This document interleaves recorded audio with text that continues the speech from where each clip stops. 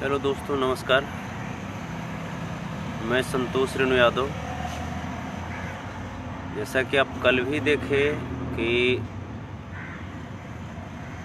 Corona संदिग्ध घोषित किए जाने के बाद आरएमएल हॉस्पिटल में मैंने अपना टेस्ट करवाया। उसका रिपोर्ट कल मिलने वाला था और कल आरएमएल हॉस्पिटल हम लोगों को बुलाया गया था, लेकिन लाख कोशिश के बावजूद एम्बुलेंस हम सबको नहीं मिला। कल भी हम लोग 1 बजे से लेकर के शाम के 6 बजे तक मदनगिर के पास, ये देखिए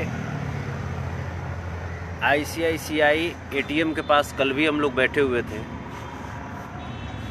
और ठीक अभी मैं थक हार करके तब मैं फिर लाइव आया हूँ। करीब हम लोग कितने देर से बैठे हुए थे?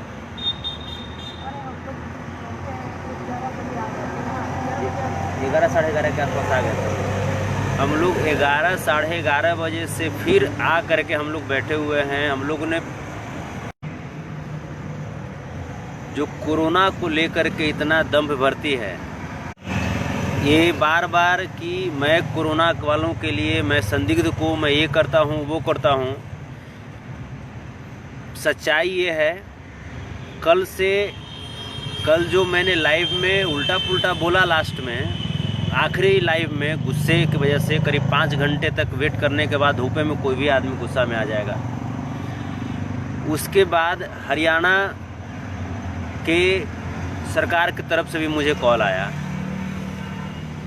लेकिन बिहार सरकार की तरफ से भी कोई रिस्पॉन्स नहीं है, जबकि बिहार की न्यूज़ में भी ये बातें चलाई जा रही है। आप समझ सकते हैं बिहार सरकार कितना रिस्पॉन्सिबिलिटी ले रहा है कोरोना को लेकर के, या बिहार से बाहर रह रहे बिहारियों को लेकर के इसको लेकर के आप समझ सकते हैं। जबकि नीतीश कुमार जी बार बार आकर के बोलते हैं कि मैं बिहार से बाहर रह रहे लोगों के लिए मैं बहुत चिंतित हूँ। चलिए, तमाम लोग को मालूम है इस चीज़ के बारे में और तूफानी जी के मैटर के बारे में। आम आदमी पार्टी की तरफ से भी सिर्फ फ़ोन आ रहे हैं, एम्बुलेंस नहीं आ रहे, फ़ोन आ रहे हैं। हेल्थ मिनिस्टर की तरफ से भी कॉल आया है, और भी जो सांसद महोदय हैं, एमएलए महोदय हैं, उन लोगों की तरफ से सिर्फ कॉल आ रहे हैं। हाँ संतोष जी, क्या प्रॉब्लम है? नहीं रुकिए, मैं आपको एम्बुलेंस प्रोवाइड करवाता हूँ। मैंने अरविंद केजरीवाल जी को, उनके सहित बहुत सारे लोगों को आप देख सकते हैं, मैं अभी भी, हम हैं, दीदी है बगल में बैठी हुई है, अभी भी दीदी बैठी हुई है बगल में, लेकिन कोई हम लोगों को कोई सुविधा नहीं मिल रहा है। हम लोग खुद चाह रहे हैं कि टेस्ट क्या हो क्या नहीं हो, कम से कम अगर नेगेटिव हम लोग हैं तो हम लोग कम से कम इतना तो बता दो कि नेगेटिव है, जा कर के आराम से आदमी घर में बैठे। अगर पॉजिटिव हैं तो हम सबको कम से कम एम्बुलेंस तो प्रोवाइड करो, या बता तो दो कि हाँ हम लोग क्या हैं, ताकि इस चीज़ को हम लोग अभी अनभिज्ञ हैं। संदिग्ध तो तुम बता दिए, हम अनभिज्ञ हैं। मैं किसी के साथ मैं कैसे पेश आऊँ, मैं कैसे किसी के सामने मैं खड़ा हो जाऊँ? मैं बताओ, मैं किसे कोरोना फैला दूँ? लोग इतनी बड़ी बड़ी बातें करते हैं, सरकार मीडिया में आकर कितनी बड़ी बड़ी बातें करते हैं, सजग करते हैं कि नहीं आप लोग जागरूक होइए, आप लोग लॉकडाउन का पालन कीजिए, आप सब घरों में रहिए। अगर कोई लोग संदिग्ध हैं, कोई लोग पॉजिटिव हैं, तो प्लीज़ सरकार को बताइए, आपके पास एम्बुलेंस जाएगा, ये होगा वो होगा। हम तो बता रहे हैं सरकार को, पिछले 1 बजे से लेकर के कल 6 बजे तक बताए। प्रशासन भी यहाँ पे बैठी हुई थी, दिल्ली पुलिस की तरफ से बहुत मदद मिला। 4 घंटे बेचारे दिल्ली पुलिस वाले हम सबको सपोर्ट किए, हम सबके पास रहे। कैसे और बताया जाता है? कोई दूसरा रास्ता भी है क्या? मैंने अनुनय विनय आग्रह सब कुछ किया, गुस्से में भी बोला, बाद में लास्ट में कोई सुनवाई नहीं हुई। आप बताइए कि अब आप ही सोचिए कि जो कोरोना पॉजिटिव या कोरोना संदिग्ध लोग गुस्से में आकर के अगर कुछ उटपटांग हरकत करते हैं, तो बताइए क्या वो गलत है? इतनी देर मशक्क़त करने के बाद भी अगर एक एम्बुलेंस तक सरकार प्रोवाइड नहीं कर पाए, इसको क्या कहेंगे? इस चीज़ को क्या बोलेंगे? दूसरी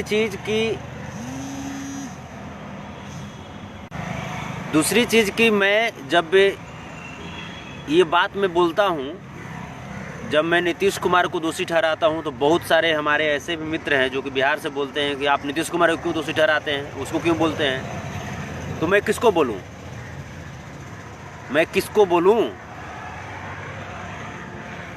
मैं यहाँ पे आया हूँ, यहाँ पे घूमने के लिए तो हम लोग नहीं आए थे। हम लोग यहाँ पे तूफानी जी के इलाज के लिए आए थे। तूफानी जी जब आए थे वो कोरोना पॉजिटिव नहीं थे। 16 जनवरी को तूफानी जी को लेकर के आए थे, जिस समय कोरोना का नामो निशान तक नहीं था इंडिया में। 14 अप्रैल को घोषित किया था तूफानी जी को कि आप कोरोना पॉजिटिव हैं। आप बताइए कि उन्हें कोरोना पॉजिटिव किसने किया? और हम सब जब 21 मार्च से हिंदुस्तान में लॉकडाउन है, तो फिर हम लोग बाहर नहीं गए, फिर हम लोग को कोरोना संदिग्ध किसने किया? हम लोग जब मैक्स हॉस्पिटल को बोलते हैं कि जब हम लोग संदिग्ध हैं तो हम लोग को क्वारंटाइन कीजिए, हम लोग का टेस्ट कीजिए, तो क्वारंटाइन करने के बदले में हम सबको पर आदमी 5 लाख रुपए का डिमांड किया जाता है। टेस्ट करने के लिए हम सबको पर आदमी 4500 रुपये का डिमांड किया जाता है, और नहीं देने पे हम लोगों को चबूतरे पे सोने पे मजबूर कर दिया जाता है। जबकि हम जेंट्स थे तो जेंट्स की बात अलग है, लेडीज थी हमारे साथ। तूफानी लाल यादव जी की सिस्टर हैं। क्या किसी की भी, आप ये बताइए कि किसी की भी नहीं, एक लड़का लिखे कि सबको गाली देगा तो मदद कौन करेगा? अगर इस तरह की चीज़ में मैंने मैंने पहले दिया क्या? मैंने गाली पहले दिया क्या? मैं आकर के छूँ कहाँ? और रितेश यादव आओ मेरे पास, मैं गले मिलता हूँ तुमसे। आओगे मेरे पास गले मिलने के लिए? मैं तेरे से गला मिलूँ क्या? मैं तेरे से गला मिलूँ?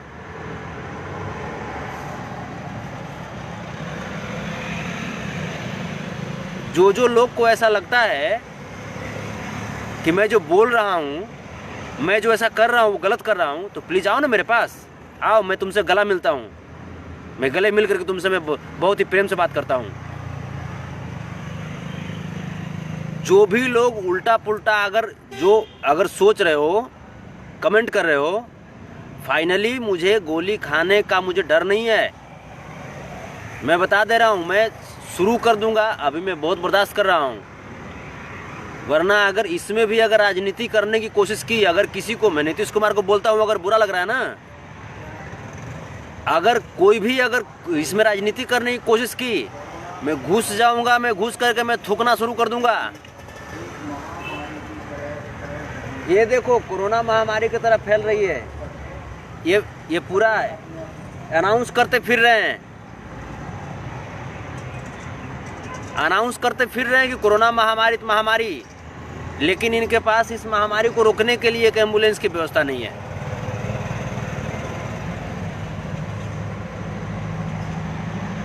रिपोर्ट 3 बजे तक मिलती है। क्या करूं? अरविंद केजरीवाल जी दिल्ली के जो स्वास्थ्य मंत्री हैं, मैं उनसे, बिहार के सीएम नीतीश कुमार जी, नरेंद्र मोदी जी, हिंदुस्तान के जो स्वास्थ्य मंत्री हैं, उनसे मैं रिक्वेस्ट करता हूं, प्लीज़ कोरोना को लेकर के पॉलिटिक्स मत कीजिए। अगर सच में आप कोरोना से हिंदुस्तान को बचाना चाहते हैं, मानव जाति को बचाना चाहते हैं, और वर्ल्ड में ये पैगाम देना चाहते हैं कि नहीं, मैं हिंदुस्तान में सजग हूँ कोरोना को लेकर के, तो प्लीज़ मेरी बात को गौर कीजिए। वरना मुझे बोलने की कोई ज़रूरत नहीं है। मैं जाऊँ, मैं आराम से मैं मोबाइल बंद करूँ और मैं आराम से मैं घूम सकता हूँ, मैं आराम से घूमूँ फिरूँ, और जिसको फैलना है वो फैले। ऐसा भी कर सकता हूँ मैं मोबाइल ऑफ करूँगा सीधा। उसके बाद जिम्मेवार आप सब होंगे। उसके बाद हमें आप लोग ये नहीं कहेंगे कि हाँ संतोष रेणु यादव ने कोरोना फैलाया।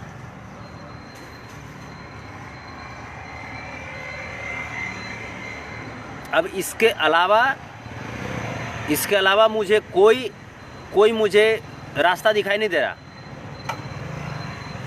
क्योंकि अनुनय विनय मुझे जो करनी थी वो मैंने कर लिया।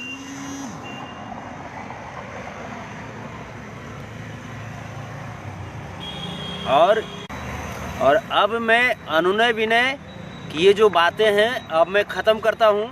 अब मैं चुपचाप मोबाइल ऑफ़ करूँगा और ऑफ़ करके चली दीदी हम लोग चलते हैं, और जहाँ पे हम लोग को मन करेगा वहाँ पे हम लोग बैठेंगे, जहाँ पे मन करेगा वहाँ पे सब लोग से मिलेंगे, हाथ मिलाएंगे, और हम लोग कोई प्रिकॉशन का हम लोग कुछ नहीं करेंगे।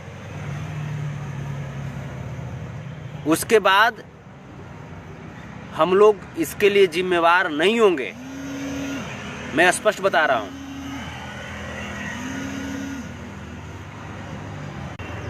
बस मैं लाइव आया था ताकि आप सबको भी बता दूं और मैं दिखा दूं जगह। देखिए कल जो लाइव आया था मैं उसी जगह से हूँ। देखिए ICICI ATM मदनगीर पुष्पा भवन, मैं यहीं पे मैं हूँ और मैं 3 बजे तक मैं रहूँगा, क्योंकि 3 बजे के बाद रिपोर्ट मिलेगी नहीं। 3 बजे के बाद रिपोर्ट काउंटर बंद हो जाता है। मैं लगातार दिल्ली पुलिस से भी हमारी बातचीत हुई है। अम्बेडकर नगर थाना के अंतर्गत ये जगह पड़ता है। अम्बेडकर नगर थाना से भी कल आज सुबह मेरी बातचीत हुई है, उधर से कॉल आया था। लेकिन सिर्फ बात होती है, दिल्ली सरकार सिर्फ और सिर्फ मीडिया में है, वो कैमरे पे और टीवी पे दिल्ली सरकार चलती है। और मैं आपको सच्चाई बताऊं तो मुझे अब ऐसा शक लग रहा है, मुझे संदेह लग रहा है कि मैं बिहार से आया हूं, इसी वजह से मेरे साथ भेदभाव किया जा रहा है। लेकिन दिल्ली सरकार इस चीज़ को आप क्लियर कट आप कंफर्म जान जाओ कि मैं बिहार से हूँ, यूपी से हूँ, कहीं से हूँ, मैं हूँ एक हिंदुस्तानी, मैं हूँ एक मानव जाति। और ऐसा नहीं है मैं बिहार से भी आया हूँ ना, और अगर मैं थूकना चालू करूँ, अगर मैं पॉजिटिव हूँ, तो दिल्ली वाले को भी इस चीज़ का डर है। और मेरे अंदर वो मानवता है, मेरे अंदर वो इंसानियत है कि मेरे वजह से कोई लोग दूसरा इन्फेक्टेड नहीं हो जाए। इसीलिए मैं इस धूप में और मैं यहाँ पे मैं बैठा हुआ हूँ, मैं झेल रहा हूँ।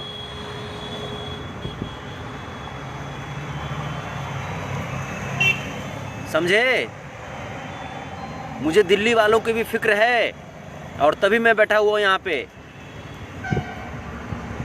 चूँकि बीमारी ना तो दिल्ली देखती है, ना बिहार देखती है, ना यूपी देखती है, और ना झारखंड देखती है, ना बंगाल देखती है, ना मुंबई देखती है। और अगर आप भेदभाव करना शुरू करते हैं केजरीवाल जी, तो फिर मैं भी अपना काम शुरू कर दूंगा। और मेरा काम ये नहीं है कि बीमारी फैलाना, लेकिन मैं क्या करूंगा, मेरे पास कुछ सुविधा नहीं है ना, मैं क्या करूंगा। आप जितना फ्रस्ट्रेट कर रहे हैं इस लाइव के माध्यम से, मैं जितने भी लोग हैं, चाहे वो किसी भी पार्टी के सांसद हों, मंत्री हों, विधायक हों, कोई भी हों, मैं उनसे कहना चाहता हूं बस एक ही चीज़ कि प्लीज़ इसको गंभीरता से लीजिए। कोरोना को सिर्फ टीवी पे कोरोना को गंभीरता से नहीं लेने से काम चलेगा, उसको फ्लोर पे भी लाना पड़ेगा, उस गंभीरता को, उस सीरियसनेस को।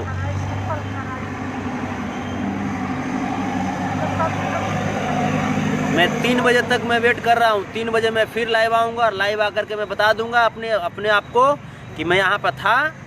बस मैं 3 बजे तक मैं बता दूंगा। अगर फिर भी किसी को अगर एक्शन लेना है, प्रोवाइड करवाना है तो करवाओ, नहीं करवाना है तो नहीं करवाओ। उसके बाद फिर 3 बजे के बाद फिर मैं इस मैटर को लेकर के लाइव नहीं आऊँगा। मेरा मोबाइल ऑफ होगा और ऑफ करने के बाद मैं सीधा कोरोना को फैलाना शुरू कर दूंगा। मैं बोल रहा हूँ, मैं लोगों के ऊपर थूकना शुरू कर दूंगा और सीधा यहाँ से निकलूँगा तो सीधा चाहे तो दिल्ली CM हाउस की तरफ मैं गुजरूँगा या कहीं भी मैं गुजरूँ, लेकिन मैं कोरोना फैलाना शुरू कर दूंगा। मैं स्पष्ट में बोल रहा हूँ। बहुत हद से ज़्यादा बर्दाश्त हो गया और अब नहीं हो सकता। अब मैं और धूपे में मैं नहीं बैठ सकता हूँ। थैंक्स आप सबको।